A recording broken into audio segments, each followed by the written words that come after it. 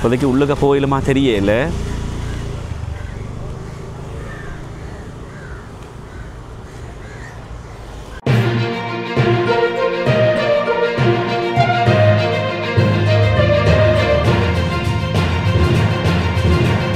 அனைவருக்கும் வணக்கம்.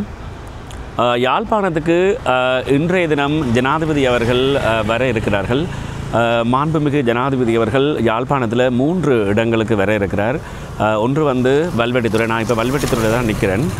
வல்வெட்டித்துறைக்கு வர இருக்கிறார். அதுக்கு அடுத்தபடியாக யாழ்ப்பாணத்தில் கச்சேரியில் நடக்கிற டிசிசி மீட்டிங்கில் வந்து ஜனாதிபதி கலந்து கொள்ள இருக்கிறார். ஏற்கனவே அறிவித்திருக்கிறார்கள். இதை தவிர எழுதுமட்டுவாள் 3வது இடமாக எழுதுமட்டுவாளுக்கு அவர் செல்ல இருப்பதாக ஏற்கனவே நாங்கள் செய்திகள் மூலமாக அறிந்திருக்கிறோம். இந்த வல்வெட்டித்துறையில் தான் நான் இப்போ நிற்கிறேன். வல்வெட்டித்துறையில் பார்த்தீங்கன்னு சொன்னால் இந்த இடம் வந்து ஏற்கனவே அந்த பட்டத் திருவிழா நடந்த இடம். வல்வெட்டித்துறை உதயசூரியன் விளையாட்டுக் கழகம் அந்த இடத்துக்கு தான் ஜனாதிபதி வர இருக்கிறார். இது ஜனாதிபதியை வரவேற்று இந்த மக்கள் அடிச்சிருக்கிற பேனர் தான் இது. இந்த இடம் பார்த்தீங்கன்னு சொன்னால் இப்போதைக்கு உள்ளுக்க போயிலுமா தெரியல.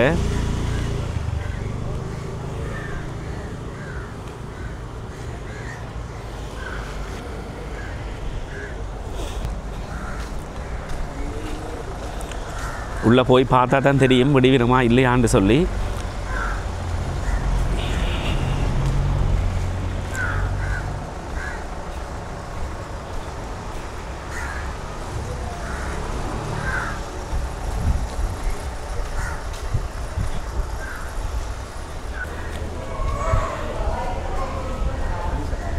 இது வடக்கு கடத்தொழிலாளர் கூட்டுறவு சங்கம் வந்து ஜனாதிபதியை வரவேற்று வந்து பேனர் வந்து அடிச்சிருக்கணும்.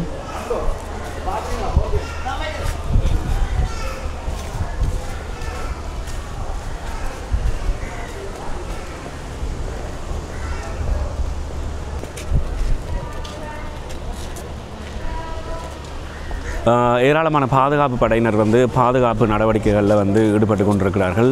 இந்த இடத்துல தான் அந்த மேடை அமைக்கப்பட்டிருக்கிறது. இதுதான் அந்த உதயசூரியன் கடற்கரை. இதில் தான் அந்த பட்டத் திருவிழாக்கள் நடந்தது.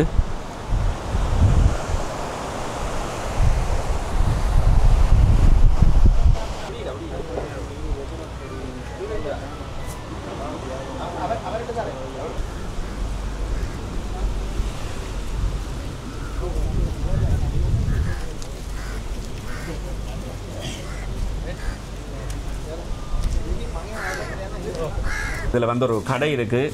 இந்த கடையில் இருக்கிற ஐயாட்ட நாங்கள் சில கேள்விகளை கேட்க இருக்கிறோம். வணக்கம். ஜனாதிபதி அவர்கள், அதாவது இதற்கு முதல்ல எனக்கு தெரிஞ்சு எந்த ஒரு ஜனாதிபதியும் இப்படி வந்ததில்லை. இந்த முறை வந்து என்பிபி அரசாங்கத்தினுடைய ஜனாதிபதி மாண்புமிகு அனுரகுமார திசாநாயக்கா அவர்கள் இங்கே வர இருக்கிறார்கள். இது சம்பந்தமாக உங்களோட கருத்தை சொல்லுங்கள். இல்லை, இது ஒரு நல்ல விஷயம். இதுவரைக்கும் இந்த ஜனாதிபதியும் வர இல்லை. ஆனால் மக்களுடைய பிரச்சனையில் கேட்டு அறிகிறதுக்காக வந்து கொண்டிருக்கிறார். இது வரவேற்க வேண்டிய விஷயம். போதிய அளவுக்கு மக்கள் ஆதரவு இருக்கு, கலந்து கொள்ளுவாங்க. வேறு என்ன, அதாவது இந்த ஜனாதிபதி வர்றதுன்ற பின்னணி அப்படி என்று சொல்லி பார்த்தா, ஏற்கனவே இந்த பட்ட திருவிழாவில் ஜனாதிபதியினுடைய பிரம்மாண்டமான ஒரு படத்தை போட்டு அதில் கிளீன் ஸ்ரீலங்கான்னு சொல்லி அடிச்சிருந்தது. அது கூட ஜனாதிபதியை ஈர்த்திருக்கலாம். பலரை வந்து அந்த விஷயம் ஈர்த்திருந்தது. வளமையாக வந்து பட்டத் திருவிழாவில் வேறு ஒரு வேடிக்கையான விஷயங்கள், ஒரு வினோதமான விஷயங்களை தான் பட்டத் திருவிழாவில் காணக்கூடியதாக இருந்தது. இந்த முறை தான் ஒரு ஜனாதிபதி ஒருவருடைய புகைப்படம் பட்டத் திருவிழாவில் பறந்தது. இது கூட ஒரு காரணமாக இருக்கலாம். இதை விட உங்களுக்கு, அதாவது இப்போ வர இருக்கின்ற உள்ளூராட்சி தேர்தலாக இருக்கட்டும், மாகாண சபை தேர்தலாக இருக்கட்டும், அதனுடைய பிரதிபலிப்புகள், அதாவது எவ்வாறு இந்த அரசாங்கத்திற்கு உங்களுடைய ஆதரவு இருக்க போகிறது?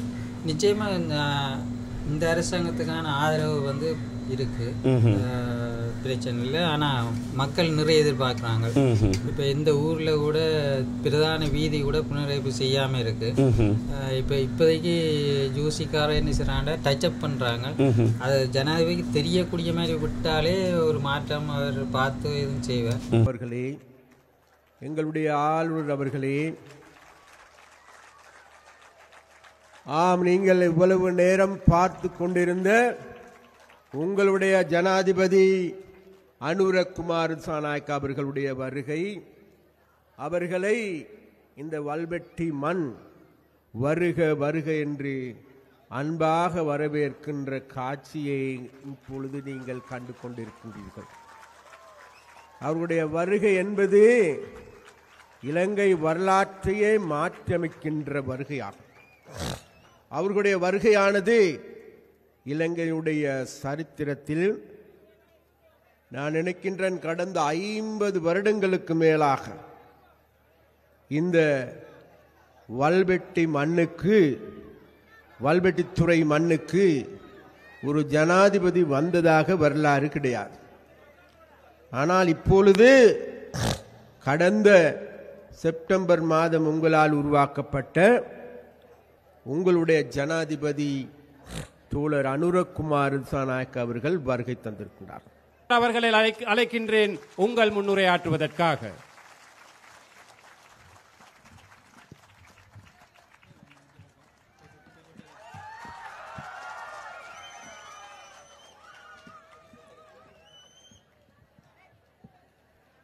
ගෞරවනීය අපේ හාමුදුරන් වහන්සේලාගෙන් කුරුක්කල්තුමාලාගෙන් අවසරයි. கௌரவமிக்க எமது பிக்கு மாரே, அதே போன்று எமது கௌரவமிக்க மத தலைவர்களே, அனைவருக்கும் வணக்கம். මේ අවස්ථාවට සම්බන්ධ වෙලා ඉන්න අපේ ප්‍රවාහන ඇමතුමා, ඒ වගේම දීවර ඇමතුමා, இந்நேரத்திலே கலந்து கொண்டிருக்கும் எமது அமைச்சர், நெடுஞ்சாலைகள் அமைச்சர், அதே போன்று கடற்தொழில் நீரியல் அமைச்சர், ඒ වගේම පාර්ලිමේන්තු මන්ත්‍රීවරුන් වන අපේ කුමරන් සහෝදරයා, රාම් සහෝදරයා, அதே போன்று பாராளுமன்ற உறுப்பினர்களான இளங்குமரன், රජීවන් සහෝදරයා, ரஜீவன் தோழர் அவர்கள், භාවන් ආනන්දන් සහෝදරයා, பவானந்தன் தோழர் அவர்கள் ඇතුළු සහභාගීලා ඉන්න අම්මලා තාත්තලා සහෝදර සහෝදරයන් අවසරයි. உள்ளிட்ட இங்கு கலந்து கொண்டிருக்கும் அனைவருக்கும் வணக்கம்.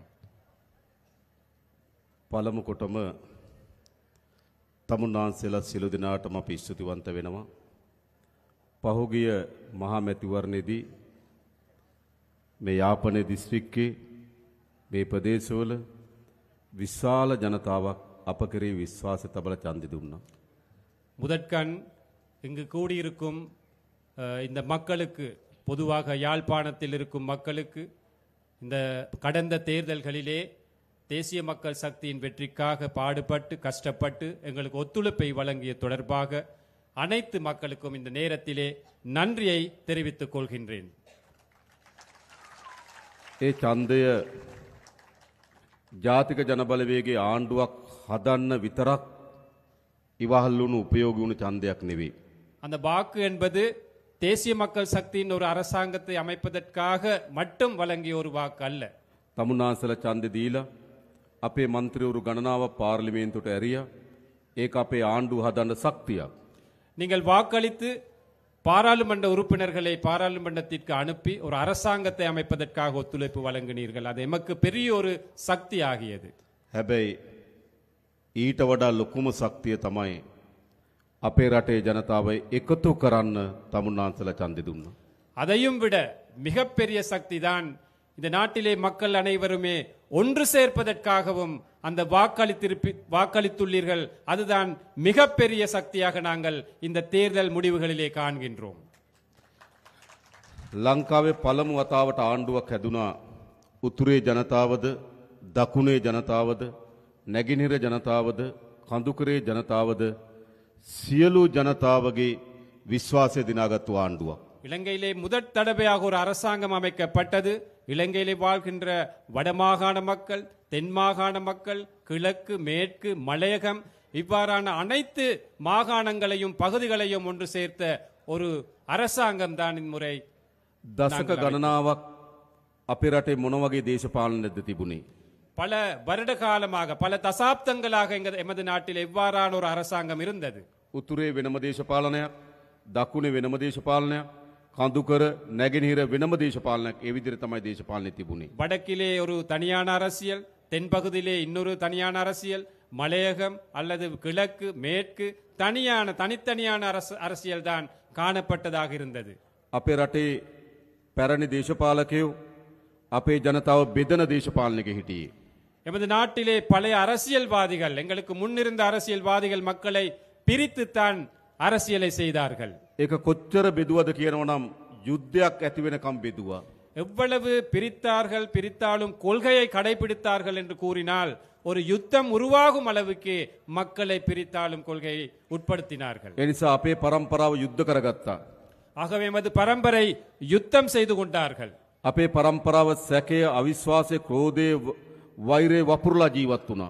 எமது அந்த அந்த காலகட்டம் என்பது, எமது பரம்பரை என்பது சந்தேகம் அல்லது எதிர் மனப்பான்மை இவ்வாறான பல்வேறுபட்ட அந்த முரண்பாடுகளோடு தான் நாங்கள் வாழ்ந்து கொண்டிருந்தோம்.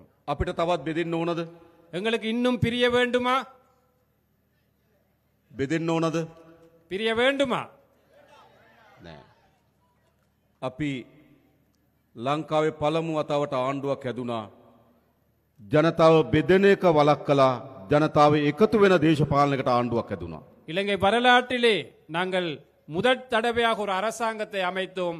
மக்களை பிரிப்பதற்கு பதிலாக மக்களை ஒன்று சேர்க்கும் ஒரு அரசாங்கத்தை நாங்கள் அமைத்தோம். මේ ගම්වලට මීට කලින් රාජ්‍ය නායකයෝ ජනාධිපතිවරු ඇවිල්ලා තියෙනවද? இந்த பகுதிகளுக்கு அரசாங்கத்திலே பெரிய அதிகாரிகள் அல்லது ஜனாதிபதி போன்றவர்கள் இதற்கு முன் வருகை தந்திருக்கின்றார்களா? ඇයි? ஏன் அது? බෙදුණු ආණ්ඩුවක් තියෙනකොට එහෙමයි. ஒரு பிரிந்திருக்கும் அரசாங்கம் இருக்கும் போது அப்படித்தான். හැබැයි දැන් තියෙන්නේ බෙදීම අවසන් කරපු එකතු කරන ආණ්ඩුවක්. ඒ නිසා තමයි අපි වැලි වැටි තුරේට ඇවිල්ලා මේ දහස් ගණන් අම්මලා තාත්තලා සහෝදර සහෝදරයන් හම්බ වෙන්නේ. இன்று இருப்பது மக்களை பிரிப்பதற்கு பதிலாக மக்களை ஒன்று சேர வைக்கும் ஒரு அரசாங்கம். ஆகவே தான் நாங்கள் இன்று வெல்வெட்டி துறைக்கும் வந்து உங்களை நாங்கள் சந்தித்து இவ்வாறு கதைக்கின்றோம். මේ හයිය මේ එකතු වීම අපි යලි වෙන් වෙන්න ඉඩ දෙනවද? இவ்வாறு நாங்கள் ஒன்று சேர்ந்ததை மீண்டும் ஒரு முறை பிரிப்பதற்கு இடம் அளிப்போமா? අපි ඈත් වෙනවද? நாங்கள் இன்னும் ஒதுங்குகிறோமா? නෑ, අපි ඔක්කොම එකතු වෙන්න ඕන. இல்லை, நாங்கள் அனைவருமே ஒன்றாக சேர வேண்டும். මම මේ සැරේ අයවැය ලේඛනයට දානවා අලුත් යෝජනාවක්. இம்முறை வரவு செலவு திட்டத்திற்கு தோழர் புதிய ஒரு யோசனையை போடுகின்றாராம். අපේ රටේ හැම වෙලාවම තියෙන්නේ අපි එකිනෙකාට වෙනස් වූ උත්සව. நாங்கள் அனைவருக்குமே இந்த நாட்டிலே வாழ்கின்ற ஒவ்வொரு சாரார், ஒவ்வொரு இனத்திற்கு இருப்பது வெவ்வேறான விழாக்கள், வைபவங்கள். තයි පොංගල් උත්සවය දෙමළ ජනතාව, හින්දු ජනතාව සමරනවා. தைப்பொங்கல் இந்து தமிழ் மக்கள் கொண்டாடுகிறார்கள். වෙසක් උත්සවය බෞද්ධ ජනතාව සමරනවා. விசாக் பண்டிகை பௌத்தர்கள் கொண்டாடுகிறார்கள். ක්‍රිස්තියානි ජනතාව නත්තල් සමරනවා. கிறிஸ்தவர்கள் நத்தாரை கொண்டாடுகிறார்கள். ඉස්ලාම් ජනතාව රාමසාන් සමරනවා. இஸ்லாமியர்கள் ராமசானை கொண்டாடுகிறார்கள். හැබැයි දෙමළ, සිංහල, මුස්ලිම්, බෞද්ධ, හින්දු, කතෝලික, ඉස්ලාම් අපි ඔක්කොම එකතු වෙලා සමරන දිනයක් ඕනේ නැද්ද අපිට? ஆனால் சிங்களவர், தமிழர், முஸ்லிம் என்ற வேறுபாடு இல்லாமல், பௌத்தம், இந்து, கத்தோலிக்க, இஸ்லாமியர் என்ற வேறுபாடு இல்லாமல் நாங்கள் அனைவருக்குமே ஒன்றாக சேர்ந்து கொண்டாட வேண்டிய ஒரு விழா வேண்டுமா வேணாமா? අපි සැලසුම් කරලා තියෙනවා. අපි සැලසුම් කරලා තියෙන ඔක්තෝබර් මාසේ මේ සියලු ජනපජාවන්ගේ සංස්කෘතීන්, ආහාර රටා, ජීවන රටාව, ඒ වගේම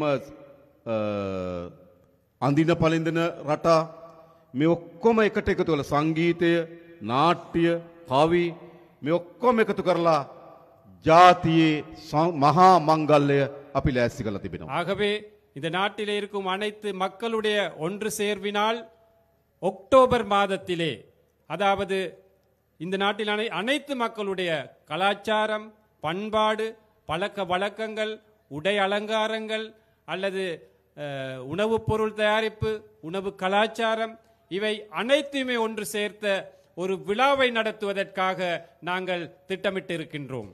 අපි ඈත්ලා හිටියට අපේ දරුවන්ට ඈත්ලා ඉන්න දෙන්න හොඳ නෑ. நாங்கள் கடந்த காலங்களிலே பிரிந்திருந்தாலும் எமது பிள்ளைகளுக்கு அந்த பிரிப்பதற்கான சூழலை நாங்கள் உருவாக்க கூடாது. අපේ පරම්පරාව යුද්ධ කරගත්තට අපේ දරුවන්ගේ පරම්පරාවට යුද්ධ කරගන්න ඉඩ දෙන්නේ නෑ. எமது பரம்பரை யுத்தம் செய்தாலும் எமது பிள்ளைகளுக்கு ஒரு யுத்தத்தை ஏற்படுத்த நாங்கள் கூடாது.